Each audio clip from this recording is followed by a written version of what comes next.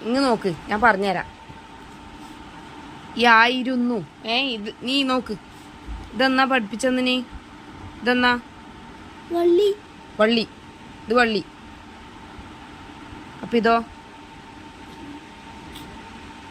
കെട്ടുവള്ളി. അപ്പൊ ഇതെന്നാ സാധനം? ഇത് കുരിപ്പാ? കുനിപ്പ്. കുനിപ്പ്. അപ്പൊ ഇതോ? അറിയില്ല. അതിന് പേരില്ല. ഓക്കെ. അപ്പൊ ആയിരുന്നു ഇന്നാന്ന് എഴുതു. ഇന്ന. അതൊന്നും എന്നോട് ചോദിക്കണ്ട, നീ എഴുതു.